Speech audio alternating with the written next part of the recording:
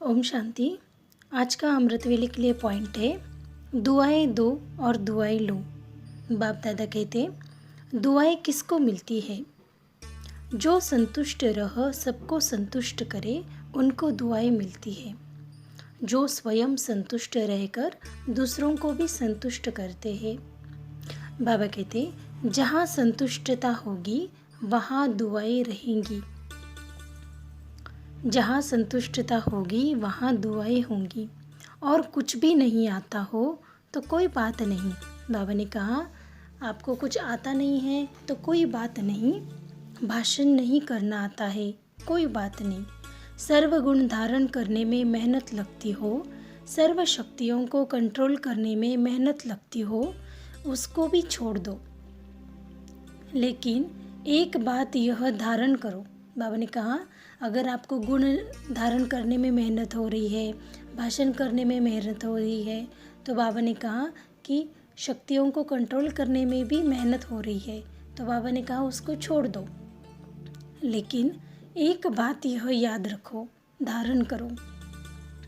दुआएं सबको देनी है और दुआएं लेनी भी है। एक होता है सिर्फ दुआएं देना, लेकिन बाबा ने कहा कि सबको दुआएं देनी भी है और लेनी भी है, सबसे लेनी भी है। इसमें कोई मेहनत नहीं करनी पड़ेगी, करके देखो। बाबा ने कहा फिर प्रैक्टिकल में आपको एक दिन करना है। कैसे करना है? एक दिन अमृत वेले से लेकर रात तक यही कार्य करो। सारे दिन में अमृत वेले के बाद हम जो भी कार्य करते हैं, जैसे 5 तत्व हमारे आसपास है, सभी मित्र संबंधी साथ होते हैं, कहीं जॉब पे जाना होता है, घर पे काम होता है, वो सारा कार्य जो भी हम कर्म कर रहे हैं, उस हर कार्य में चीज़ों को, वस्तुओं को, व्यक्तियों को, पदार्थों को, 5 तत्वों को, खुद को और जो भी मित्र संबंधी हमारे आसपास है, जो भी चीज़ें 5 तत्वों से बनी हुई है, उन सभी चीज़ों को हमारे अंदर से दुआएं निकलती रहे कि कल्याण हो।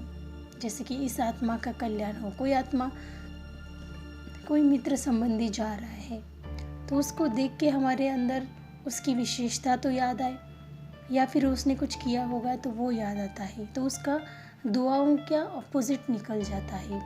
लेकिन बाबा ने कहा एक दिन आपको क्या करना है, सवेरे से रात तक सबको दुआएं देनी है। भले उस आत्मा ने हमारे साथ कितना भी गलत किया हुआ हो, लेकिन हमें उस दिन के लिए एक दिन तो हमें अपने ऊपर ध्यान रखकर दुआओं को देना है।